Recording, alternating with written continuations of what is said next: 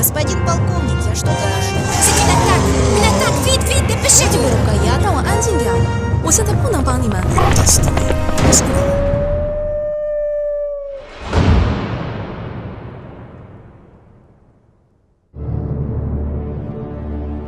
Slowly, the big gray wolf regretfully released his prey. It was hard for a wild predator to go against his natural killer instinct. Hunting was a difficult exercise, especially alone, and prey was elusive and not easy to come by. It sometimes took 10 failed attempts before achieving success, and not killing an immobilized victim was contrary to all the laws of survival.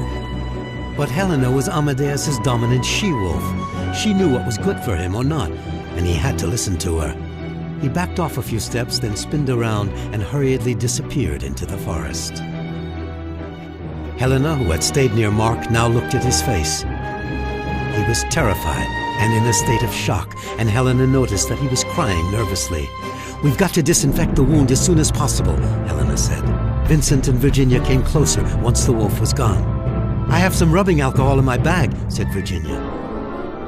"Alcohol really stings. Mercurochrome or hydrogen peroxide would be better, but it'll have to do." The wound consisted of 2 small points, but bites like that always created a danger of infection and had to be treated quickly. The contact with the alcohol was enough for Mark to get his voice back. He screamed with pain and leapt to his feet.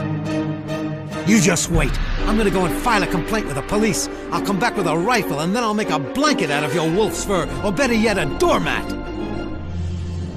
He left quickly, along with his little clan. He could be heard complaining at the top of his voice, but only for a few seconds, after which his voice was drowned out by the sounds of the forest. Helena turned in the direction in which Amma had left, and after looking around and failing to see him, she started picking up her things.